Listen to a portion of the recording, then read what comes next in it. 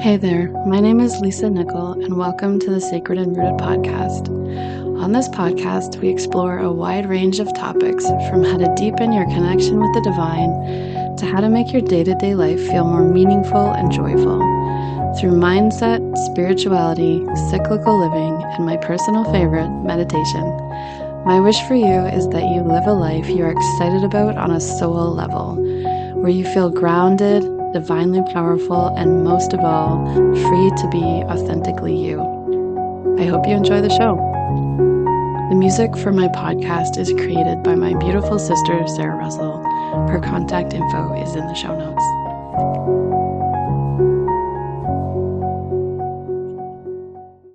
Hello, this is Lisa. Welcome to the podcast. I'm really glad you're here. This episode is, I think maybe I say this all the time, but it is an important one.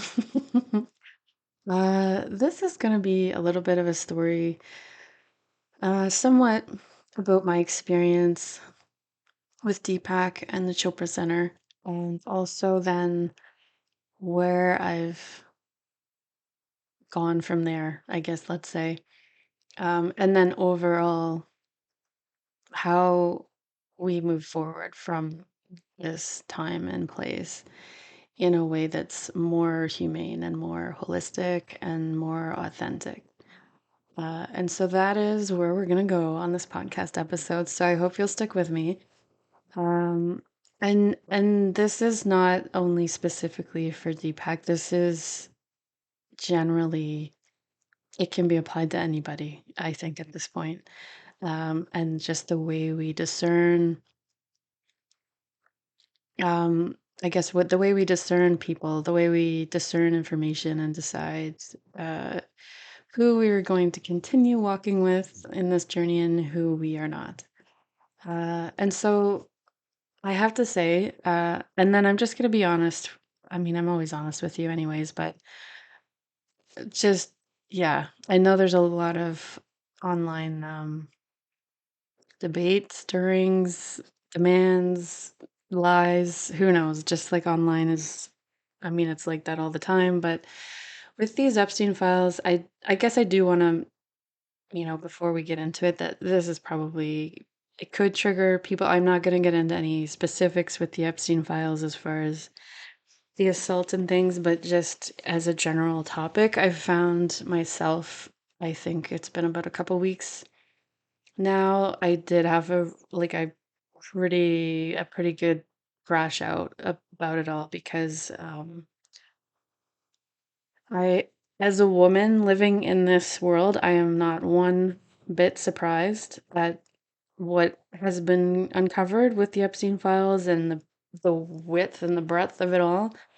Um, but also there are people like Deepak that I wouldn't have thought would be in them, but who I thought were more genuinely walking their talk, and that has been extremely disappointing for me. And there's other people in there, but he, I would say, is the one that I am most personally connected to, or adjacent to, however you want to look at it.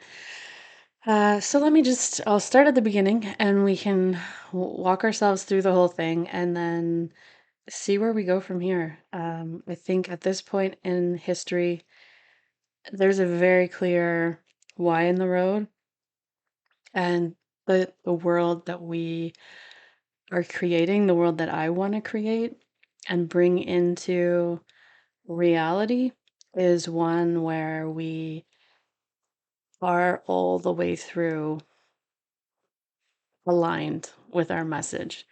And not that anyone needs to be perfect at all, but I would argue strongly that, befriending a pedophile and maintaining a friendship with a pedophile after he's been charged with assaulting children is a line that we do not need to debate with. Like, that should just be completely unacceptable.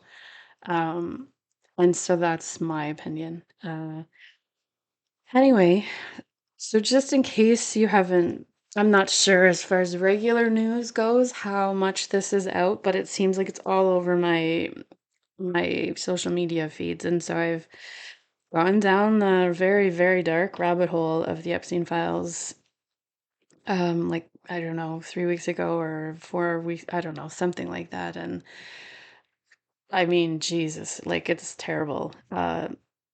It's horrendous, horrific, tragic. Like it's just the worst things we could ever, like as humans to another human. It is the worst things we could do to each other. And so, of course, people need to be held to account and, go through their process and get thrown in jail and whatever. But that's not the point, I guess, of this podcast. I'll leave that part to the judicial, legal, law, police, whatever. But just so we have the overarching facts, the Deepak Chopra was in the Epstein files. He's mentioned over 3,000 times.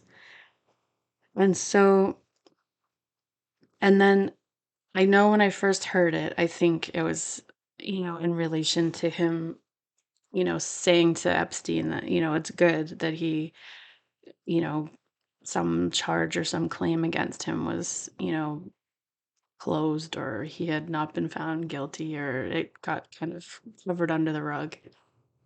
And so Deepak's response to him was good. And at first, I'm like, okay, very, that's too bad. Like, what the hell?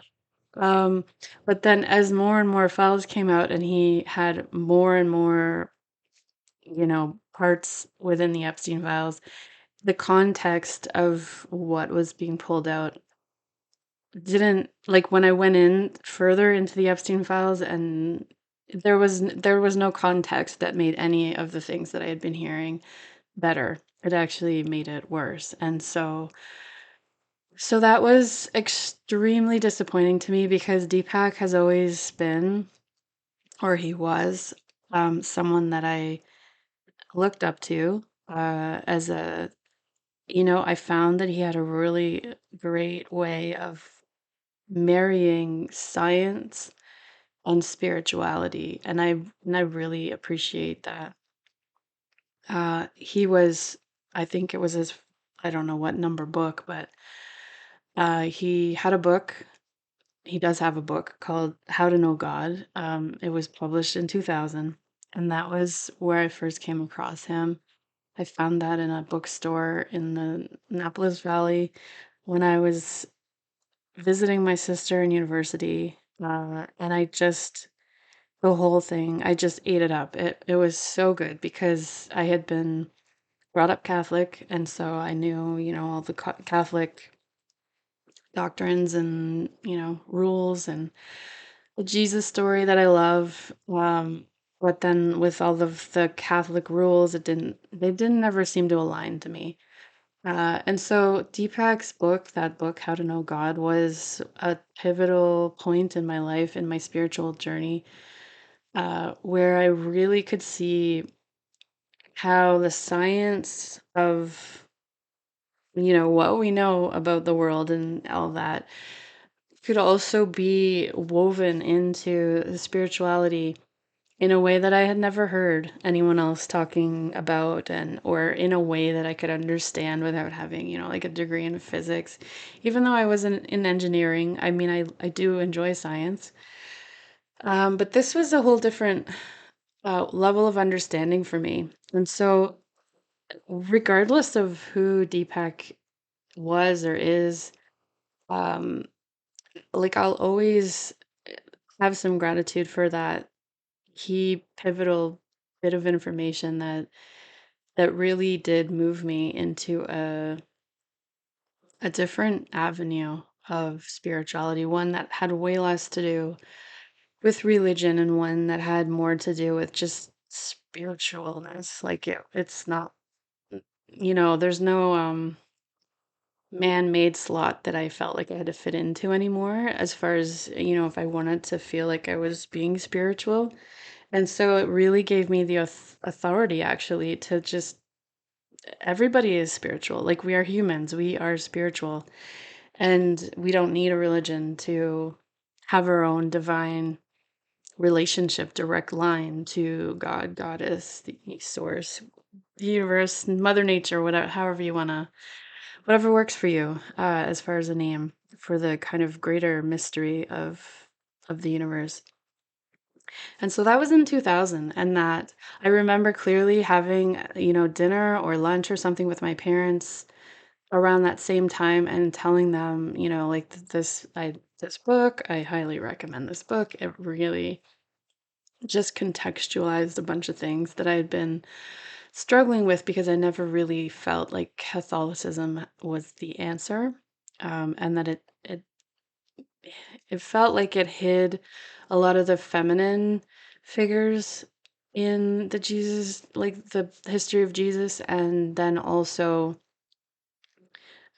slapped on a bunch of rules that just felt like so diminishing as far as the power available to us. Um, and then also the fact that it separates us from a direct line from God. It basically says, it's the priest, it's the archbishop, it's whoever that has the power, and then we are just sort of the minions or the peons of the whole thing. And so this book really was the start of my real development into an individual relationship with my own spirituality. And so I've gone a couple times over the last 20 years. Deepak, he loved to travel and put on talks, and I could listen to him for quite a while, just kind of talking about different aspects of our existence and the universe. And I found that, like, as an Aquarius air sign, just like it was just like music to my ears almost, as far as the amount of, mind-blowing, I guess, just topics, and just kind of walking them through all the different, if this is true, then maybe that's true, and then that other thing. And it was just a very enlightening, I found, experience to listen to him talk. So I've seen him a couple times like that. I did go to a retreat of his, a yoga, like a spiritual yoga retreat in California. It's the only time I've been to California, uh, with his Chopra Center. And I have to say, in light of all of this, that I I do feel really bad actually for some of the people they are such good quality humans that worked with him in his center and really brought their beauty and love and their divinity to the certifications, to the retreats that they put on, um, with their whole hearts, and really with like full support of Deepak's, you know, mission, I guess. And I feel really it's very unfortunate for them to have this, you know, uncovered as far as what, all of the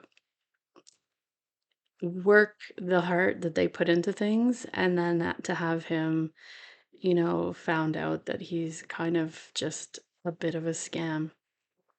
Uh, and so I do really, my heart goes out to those folks because I have to say, I've met him in person a couple of times during that retreat. That's the only time I've ever really been near him.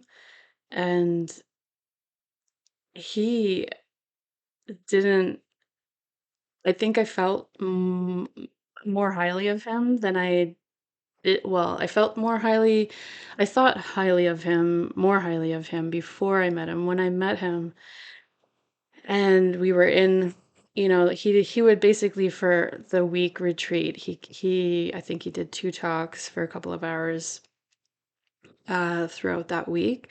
So most of the retreat was with these lovely, full-bodied, embodied, like they're just beautiful people. Um, and it was an exceptionally, I've that experience, I think very highly of, and again, a pivotal moment. But I have to say that him, and his couple of times that he was, you know, presenting, talking to the room, um, I didn't get the same full-hearted, just embodiment of love that I got from the people that he employed to work at these retreats and to put these retreats on and to lead these retreats, which I did find a little disconcerting at the time because it was like, well, you know what, that sense where you just know when somebody is deeply walking their walk or talking their talk or whatever, however you want to say it. That did strike me. Anyways, so my experience with the Chopra Center, they have some beautiful meditation teachers. They have some beautiful people. Like everybody there was just lovely. And so my heart goes out to those folks because when you believe in a mission or the purpose behind a company, that would be very hard to come to terms with, I think. And so, yeah, my heart does go out for them, to them. Anyways, so I went to that retreat in 2019, and that was after my partner had a life-threatening illness the Christmas before, and I was totally fried, and I just needed something to kind of refuel myself, rejuvenate myself. And so California, why not, right? That was the first time I've ever been there. It's gorgeous. Maybe slightly too many people, but um, like if you're by the ocean, it's just gonna be great. So that was that. And then fast forward to a few more years. So part of that retreat was in the back of my mind, there was a meditation teacher certification that I always thought I would get into. And so that retreat was part of the certification process. And so, there was so many literal like teacher trainings you had to do and presentations you had to do. But you also had to go to this retreat and really experience in real life, like the meditations, the yoga, all that. So I did that, and I think there was something like 3 years or whatever to do the actual teacher training, and then it would count towards like a full certification.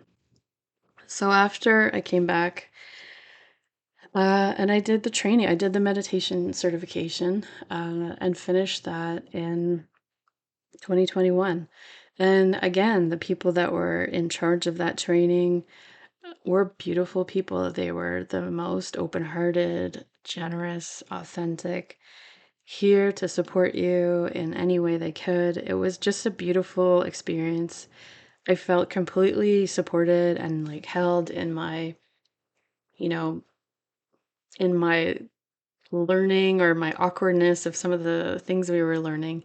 Um, and that training, that part of the training, I don't even know if Deepak, if maybe there was some recordings, but it was mainly done by other people.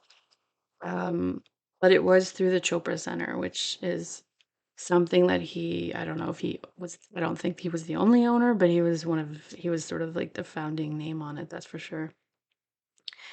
And so when I think back on all that, like I wouldn't trade that for anything, because and I don't think that the what's been uncovered now makes that any less of an impactful experience for me. It is very unfortunate that he wasn't presenting himself as clearly as he should have been, or he was presenting a shinier version of himself than he really obviously was, which I think is what kind of, there was some static in the line as far as when you met him, how embodying of love he really was. That was the part where I really didn't get that from him. Um, and maybe now I know a little bit more as to why. At the time, I just put it off as being, maybe because his background is he's Indian from India. Like there's a more patriarchal society there. So maybe that was just the culture, more closed off, more like the guru and not so much relatable. That's kind of where I put it at the time. But now there's obviously way more to it than that. Uh, and so over the last month or whatever it's been, uh, yeah, I've gotten rid of the books that I had that were hit from him. I've unfollowed him. He is not, I kind of grew out of him a little bit already, as far as, over the past 3, 4 years, I've really gotten a lot deeper into my spiritual practices, with women, uh, mostly entirely because I just at some point got really, um, it felt like the feminine side of spirituality, Mary Magdalene, Mother Mary, like the feminine aspects of spirituality were not, they couldn't be told. They were not stories to be told by the men that I was kind of considering like mentors or leaders of some aspect of like guides, even something like that. I've never really been into gurus because I don't. I take people with a big grain of salt, no matter who you are, frankly. And maybe that's part of being a little too skeptical at points, but like I know that my power resides within. I know that. I've known that since I've been born. It feels like something that I've always inherently understood. And so, yes, I give people huge grains of salt as far as, I'm not somebody who's just gonna like full-heartedly like drop everything, move to India, like, be under the guidance of some guru and just like whatever he says is, the law, basically. That is not my jam, and it never has been. And so Deepak, like, he played a part in my story, but he was never somebody to me that was like the be all and end all. It was just, here's a piece of the puzzle, and he's the one that delivered that to me. Um, but 3 or 4 years ago, I don't know what it was, if it was COVID or whatever, but it just felt like, okay, I need the source of my information to come from women, because when women are telling the story of women's history, it is just a more clear channel. It's a more clear transmission, because there is no um, patriarchal or hesitation, I guess, on their end, because they are part of the point of them even being in this genre is to express the power that women have had, that women have always had. Sometimes it's been quite hidden, and of course, against the law and all these other tragic things, but nevertheless, it's always been there. It's just been covered over. It's been hidden for the sake of survival in a lot of cases. And so I've found over the last 3 or 4 years a huge healing, a huge connection and sisterhood that is available that wouldn't have been possible if it was through the voice of a man. Like it's just not that. Like, and so I did get away from him as the most, I have moved away from him. I have already moved away from him. I think what really disappointed me though was that um I would never have guessed that he would think that, that he'd be able to draw a line in his mind where it was an acceptable course of action to befriend a pedophile. I mean, frankly, that that seems, even if you're not any kind of spiritual leader of any kind, that should be just a basic human, ethical thing. If we are not here for the children, then what the hell are we here for? And as just a decent person, he doesn't even need like, regardless of the spiritual guidance kind of thing, um, that should have been something that was easy for him to discern and to, walk away from and to detach from, especially after Jeffrey Epstein, was literally found guilty of pedophilia. And so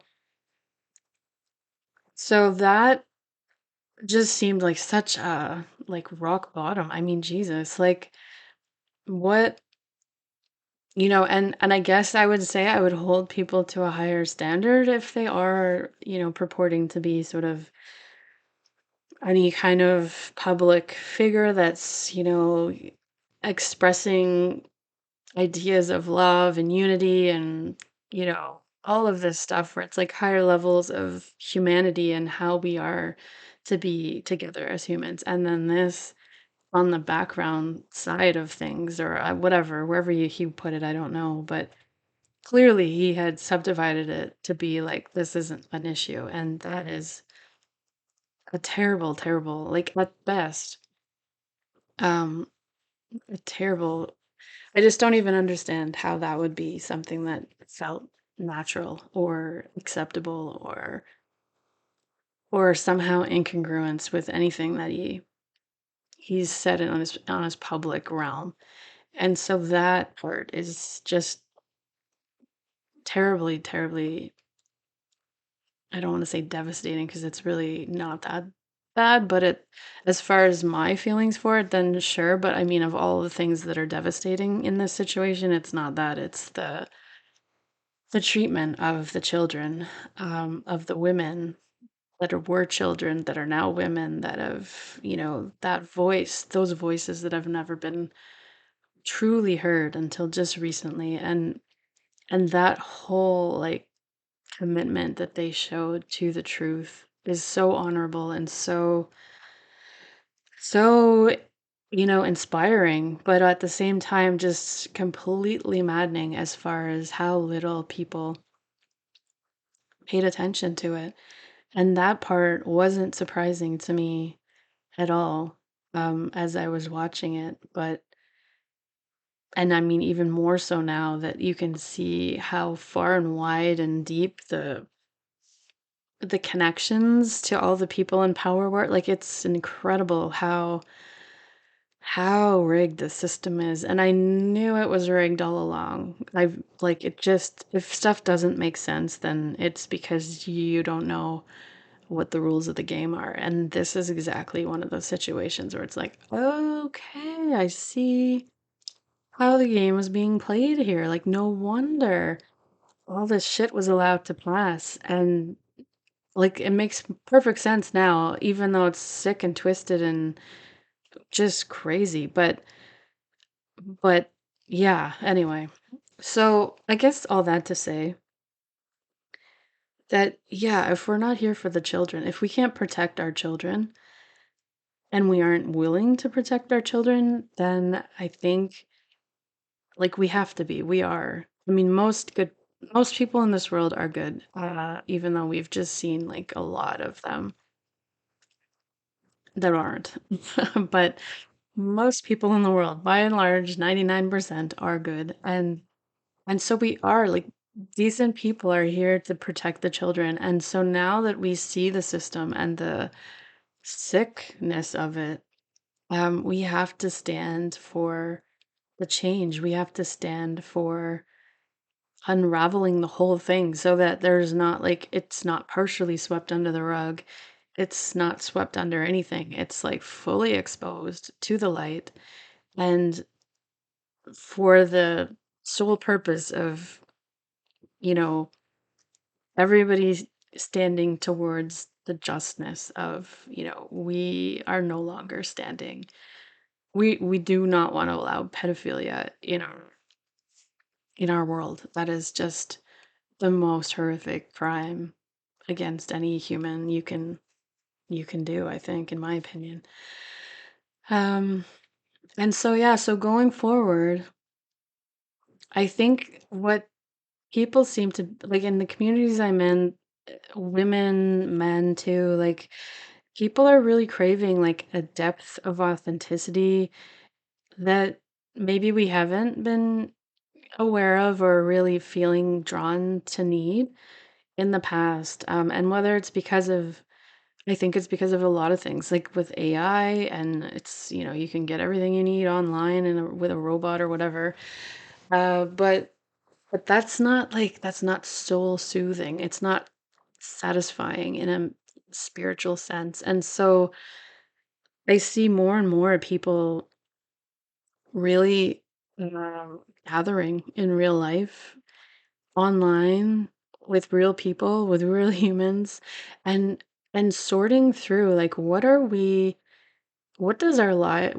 does each of our life look like if we are expressing ourselves in our most authentic way, and how like day to day, like how does that work?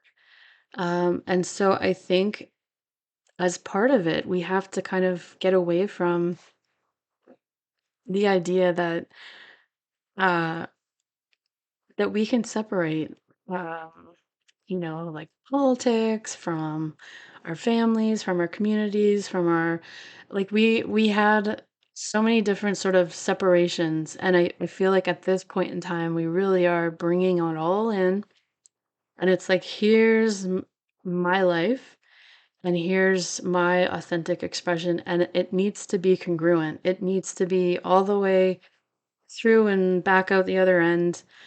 This is who I am and this is what I stand for. And so if I do see anything or hear of anything or I'm aware of anything that is not that, then I need to speak up. I need to support a group. I need to do whatever I can do so that it's not just a quiet acceptance of anything that is acceptable or mostly nobody's talking about and all that stuff. And so that's the biggest lesson I'm taking away from all of this is that we can no longer say, because I've heard a lot of people in the past, not with Deepak, but with other people that have, maybe they were like a genius writer, they wrote a beautiful book, or they did, they're such a songwriter or whatever it's been, and, so we have to appreciate that aspect of them and not maybe put the high beams on some other aspect of them that's just much more dark.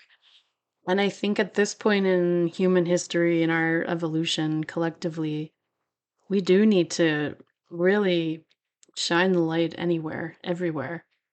Uh, because the shame can't survive in the light.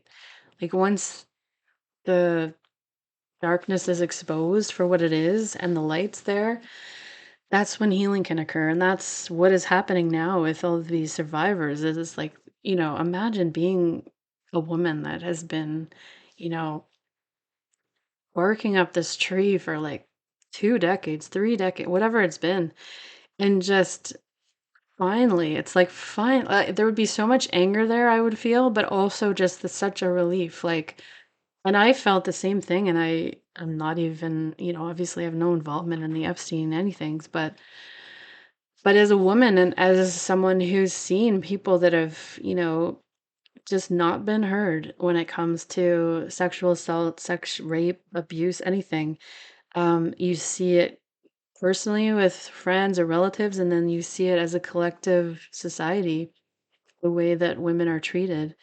And it was a relief. It was a huge relief. But also I was very angry because it's like, why? Why did this have to take so long? And why did so many people have to get traumatized and to to lead us to finally opening this all up? And I am mostly extremely grateful that it's happened in my lifetime because honestly, I wasn't sure what. Um, and I am so grateful that it feels just like a smidge safer in the world than it did maybe a couple months ago, for my daughters, for my son, for all the kids of the world. I mean, we do still have a long way to go, and we need to continue, insisting and standing for justice when we see an injustice in any way we can. And I know, I mean, geez, my two, well, my twin girls, they moved out to university this September. I know that when you're a mom and your kids are young, like you don't have any time compared to now when my kids have, and like two of the three of them have moved out. I have a stepdaughter too, but like half of them are gone. And so it's wow, the time that I have now, there's just so much more of it. And so I like wherever you are in your life, you obviously you are the one who knows you best. And so even the devotion to raising children that are self-aware, that are kind, good people, that is like a lot. And that is a beautiful spiritual journey. And so if that's where you are, then that is perfect. If you have more time in this phase of your life, whatever phase you're in, then maybe you can extend your attention to your community, to your broader world, however you see fit. I will leave the details to each of you. But just to really commit to humanity, to like the best parts of humanity, and to really, when we see or hear of um, something that we no longer want to stand for, or not even stand for, but we take a stand against it because that is not us. That is not the best expression of ourselves, of our souls. And so we want to bring into manifestation a world where kids don't have to be worried about being abused when they're 10, 12, less, whatever. Like, it's just the most disgusting thing that I don't even know. Yeah, like I know how people can do it, but it's just the most, oh, it's terrible. It's terrible. So if we can just in your life, however you see fit, to kind of engage with it more, maybe than you ever have before. And to just also, where have you maybe not said anything or let a comment pass, or, felt like rocking the boats a bit, maybe I won't do that. And fair enough, in some cases, because I mean, I know the world is a lot safer for women now, but there's still a lot of, uh, you know, there's still a lot of problems that can be brought on to women as they do speak out. And so use your discernment. We are all the best. We know our lives best. We are the masters of ourselves. And so what do you have bandwidth for? What are you capable of doing? What do you want to put your attention on? And whatever you put your attention on, be the love. Like, be the love in the room, be the love in your family.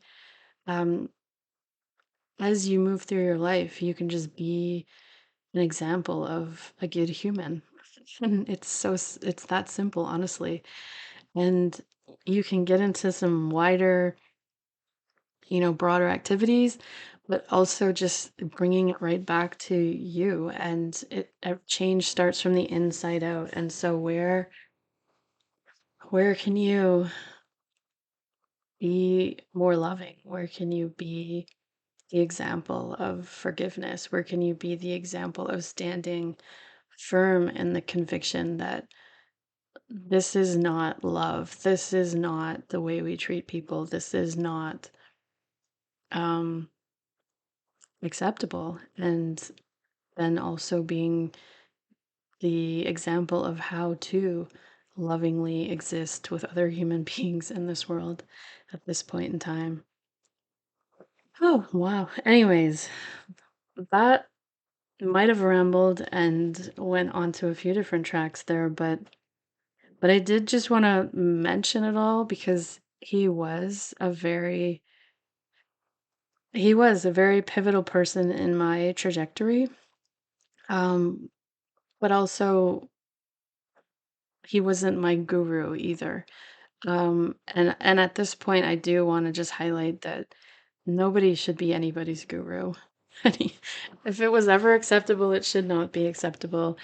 Um, we are moving into a time where each person needs to really harness understand the immense power they have to change their life, to change the world, to change their communities for the better, and to really own that and to be embodied in that and to no longer play the victim, to disassociate, to disconnect from shitty things that are happening in the world, to be present in your life and to always be the radiating energy of love. Um, and that is my hope and prayer for each one of us as we travel through these crazy times where it's just, it's the truth. You can feel that the truth is kind of coming to light in so many different ways, but it's also a lot, as far as just coming to terms with the depravity of it all. And then also, okay, never again. Like, no, this is it. We're not doing this anymore as humans. We've done this as humans for thousands of years, and this is it. We are better than this. We can do better than this, and we are made for better than this. And so let's just yeah, I mean, at the least we could stand for no child abuse. That should be absolute bare minimum. And so this will be good practice to see how world leaders, how people in the world really kind of revolt or continue to insist on not only the uncovering of the information, but also then continue down the judicial avenues, to really get justice for these things, because that's the point. Like, the people with all the power just don't understand. They clearly, I mean, Jesus, you would never write that much stuff in emails if you had any thought that you would be held accountable for any of it ever. And so the audacity of that is so offensive and just says so much, about how untouchable they thought they were. And when we're in a community if we are creating a community that's sustainable, that's fair, that's um, loving, compassionate, there is no, we do need to be responsible for our actions. And we do need to be, um, it's just like in your personal relationships. If you probably have a best friend or some good friends, you have maybe a husband, maybe a wife, whatever, your kids, like, if you do something that hurts somebody and they say something about it, like, you're, as a good human, you're not sitting there like, whatever, I don't give two shits about that. You're like, oh my gosh, like, that was not my intention. I'm really sorry about that. I'll choose my words differently. I'll whatever the situation is. Um, and that is what we have to take into the whole world, where it's like we can't just uh, have a group of people that are so rich and the power dynamic is shifting, thank God. And I don't think it'll ever be the same again, which is also like, praise the Lord, but where there's so much power given to so few people that they become this little like microcosm of like, and God, geez, like, look what they do with it. They don't even, it's not even like they took it and did some good in the world. They sit there and they freaking rape and molest children. It's brutal and so tragic, and just we are not that's not the aim here. We need to dismantle that power structure and that dynamic that creates the illusion that you're untouchable, that you have no consequences, that who cares what you're doing to anybody? Nobody's going to be able to touch you. Um, that is now so 2022 and back. We're stepping into a new era where that is never going to happen again. And and as we dismantle the billionaires, as we dismantle the power structures that, turn a blind eye, we will need to be more responsible for our actions and most people are. Like, I mean, geez, most people are a lot.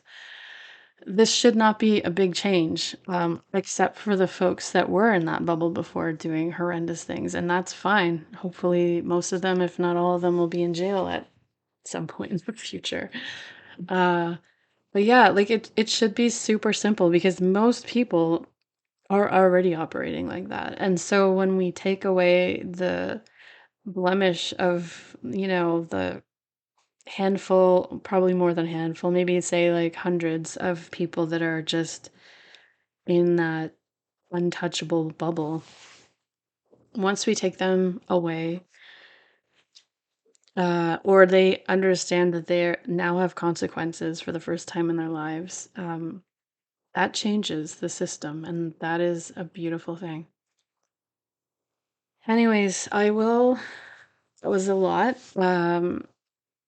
I do want to encourage you to just give yourself some grace, give yourself compassion. There's people in your life that you might have thought highly of, or sort of public figures that, you know, turned out to be something a bit different than what they were purporting to be.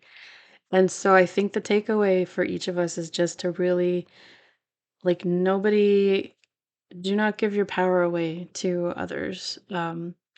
You hold the power. You are your best, wisest advisor.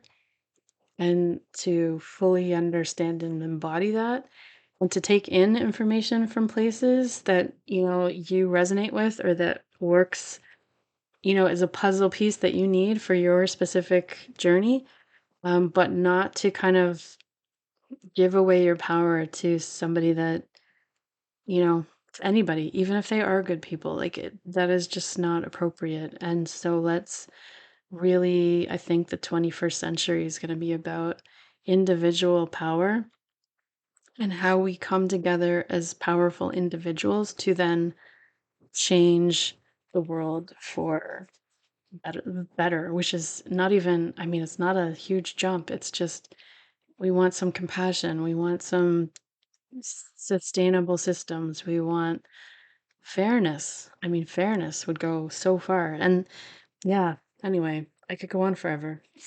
So I will wrap this up. But yes, you are your own guru, and forgive yourself. Share, like, give yourself grace, compassion, for people that you might have thought were more authentically real than you know now. But once you know something, you do differently. And that is exactly where Deepak kind of really, to me, um, screwed up. Because if it wasn't clear before what was happening with Jeffrey Epstein, which I think probably it was, but I'll give him the benefit of the doubt there. But once Jeffrey Epstein was convicted of child pedophilia, that's like, if that is not a line that you should be drawing, then I don't know what would be. And so that, at the very least, should have been when he parted ways. And so that is his to kind of reconcile with. Anyways, I wish you all the best. I wish you love and light, and thank you for listening. And take it easy with yourself out there.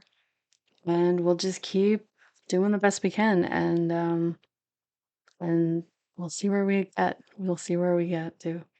All right. I will see you next time on the next podcast. Namaste.